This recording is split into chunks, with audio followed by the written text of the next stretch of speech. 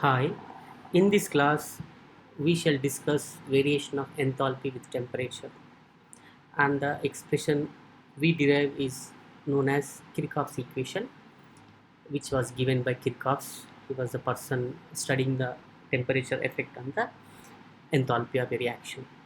Okay, let's take a process, and every process is associated with the enthalpy change. A process can be a physical process or it can be a chemical process. Okay, now let's try to apply uh, the chemical reaction, how its enthalpy is varying if the reaction is carried at different temperatures. So what is the main aim here? The main aim here is how the enthalpy change of a particular reaction changes with temperature. Okay, now let's take a reaction, an imaginary reaction. So now A moles of reactant A combine with B moles of reactant B to produce C moles of reactant C and D moles of C moles of product C and D moles of product D. Okay. If we use the enthalpy change of a reaction formula, that is delta H equal to summation of enthalpy of products minus summation of enthalpy of reactants. We know enthalpy is an extensive property. Therefore, the number of moles of each species is very important when we are finding the sum of the enthalpies of reactants and products. Therefore, what is the sum of the enthalpies of the products? That is C times the moles, the change in enthalpy of the product C, and D moles times enthalpy of the product D minus summation of reactants. That means A moles times enthalpy of A plus B moles times enthalpy of B. And let's say we are doing this reaction at constant temperature. As we are studying the dependence of enthalpy on temperature, we must keep others constant. Therefore, let's keep the pressure constant. How enthalpy is changing with the temperature? So at constant pressure, so we are doing this reaction at constant pressure. So other one we can do is constant value. So we study that little later. So now what is going to happen? So enthalpy changes when we change the temperature, because enthalpy is a function of temperature. So for this, if we apply this formula on this reaction, what we get? Delta H. So delta H we are going to get is this one, that is C times enthalpy of product C plus D times enthalpy of product D minus A times enthalpy of reactant A. So we have to keep the minus here, and B times enthalpy of reactant B. So what happens here? This is the enthalpy of products, this is enthalpy of reactants. So what is this enthalpy dependence on temperature? So that we are doing now. Let's take at constant pressure how this enthalpy change is influenced with change in temperature. So at constant pressure. So what's going to happen with respect to change in temperature to this enthalpy change? Therefore, let's differentiate with respect to temperature. So what are we doing? At constant pressure we are differentiating with respect to temperature T. So therefore dou delta H over delta T at constant pressure is equal to, so if we apply the calculus differentiation, C is a constant here, therefore C times dou Hc over dou T at constant pressure plus D times dou Hd divided by dou T at constant at constant pressure minus A times dou H A over dou T at constant pressure plus B times dou HB over dou T at constant pressure. Okay, now let's see this one. So this one is clearly change in enthalpy of a reaction with respect to change in temperature. That's our aim now. Now if we look at the terms on the right side, change in enthalpy with respect to change in temperature at constant pressure, generally we know it, this one as a heat capacity at constant pressure. Therefore this is the heat capacity of product C at constant pressure. Therefore what we can write, this one, dou delta H over dou T at constant pressure is equal to C times, this is heat capacity at constant pressure of product C. Therefore I can write this one as heat capacity at constant pressure of product C. So let me use C product to indicate as subscript, plus this one is going to be D times heat capacity at constant pressure of product D minus this one is A times heat capacity at constant pressure of reactant A plus B times heat capacity of reactant B at constant pressure. So this is the expression we got. So this is basically the heat capacity of product C, and this is heat capacity of product D. And when we are multiplying with their respective moles, basically we are summing the total substance heat capacity. Therefore what we get here, I can say this is summation of heat capacity of products minus this one is summation of heat capacity of all the reactants. Therefore I can say this one as Cp of reactants. This is dou H over dou T at constant pressure. So heat capacity of products minus heat capacity of reactants. So from that we can say it is the change in heat capacity involved in the reaction, that is heat capacity of products minus heat capacities of reaction. Therefore this factor on the right side I represent with delta Cp. Therefore I write dou delta H over dou T at constant pressure. I am writing this as delta C. What is delta Cp? Delta Cp is summation of Cp of products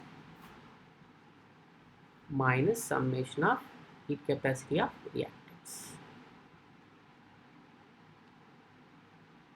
And this equation is known as Kirchhoff's equation. This is known as Kirchhoff's equations. So if we simplify, we can write for smaller changes d delta H over dt constant pressure is equal to delta C. So therefore d delta H equal to delta Cp times dt. So these equations are known as Kirchhoff's equation. Kirchhoff's equation. What is Kirchhoff's equation? It is the relationship between change in enthalpy or variation of enthalpy with temperature. And this equation we are writing at constant pressure. And if we do the reactions at constant value, then the heat changes involved in the reaction depends on the internal change. The only difference if we do the reactions at constant value, there is the heat of the reaction is represented by delta E, that is internal change, and the heat capacities are Cv. So this is at constant pressure. Okay, The same equation, if we write for an equation, those are happening at constant value. The equation takes the following form: at constant value, the dependence of heat of reaction on temperature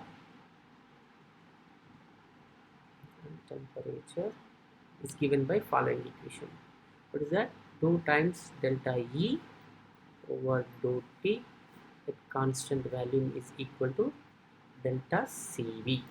So from this we can write d delta E, change in heat of reaction when temperature is changed, that's equal to delta CV times T. And this is Kirchhoff's equation for change in heat of a reaction with temperature at constant value. Now let's try to have little more clear picture on this. Now let's take, we have done reactions at temperature T1 and T2, or let's say temperature from T1 to a range of T2. Okay, now let's take temperature range from T1 to T2. Then what happens? The change in enthalpy in the temperature range from T1 to T2. To know it, we have to do the integration between the temperatures T1 and T2. Therefore, that goes temperature T1 to T2 d delta H, that's equal to integral T1 to T2 delta Cp times Tt. And integration of d delta H is simply delta H. So that's going to be delta H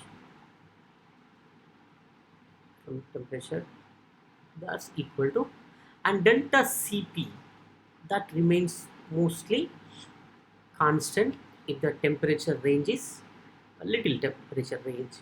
Okay, let's take a range where the heat capacity of substances do not change considerably. Then delta Cp is practically constant and we get T1 to T2 Tt. So that gives us, so enthalpy change at temperature T2 minus enthalpy change at temperature T1 is equal to delta Cp times, this is T2 minus T1. Okay, here is one important factor. What is that? This one, delta Cp, what we have taken? We have taken as a constant. But it is not true always. So here it is actually an approximation we made. And this approximation is not valid if the temperature range is very high. So it's a approximation. When the heat capacity also changes with temperature, this equation is not applicable. So therefore, the equation that we have written here is applicable to only a small range of temperatures where heat capacities of the reactants and products in the temperature do not change. So that's the main approximation here. For other conditions where temperature range is very high, heat capacities also change with temperature. Okay, now the same thing, if we apply constant value, what we get? Delta E is T2 minus delta E T1, that's equal to delta Cv times T2 minus T1. And what is the approximation here? Again, small range of temperature. And what is the approximation here? In the temperature range, delta Cv is constant. That means heat capacity at constant volume of reactants and products do not change in that range of temperature. So that is the uh, main idea of this approximation. Okay, so for many substances, for many substances, within a short range of temperature, the and change in heat capacity is almost very little to negligent. Therefore, these reactions, this what we can say, for a small range of temperature, the enthalpy change and internal energy change, which are basically heats of reactions, are not going to be influenced very much with respect to temperature. But the temperature range is very high. In that case, the heats of reactions are influenced by temperature change. And one more thing, if the range is very high, the heat capacities of the respective products and reactants also changes, then this equation becomes much more complex to arrive at a particular Kirchhoff's equation form that we don't do in this class. So this class is only for Kirchhoff's equation. What and the equations we arrived for Kirchhoff's equations are these, with a little range of temperatures. And this is the class on Kirchhoff's equation. In the next class, we are going to learn about Hess law and applications of Hess law. Thank you very much.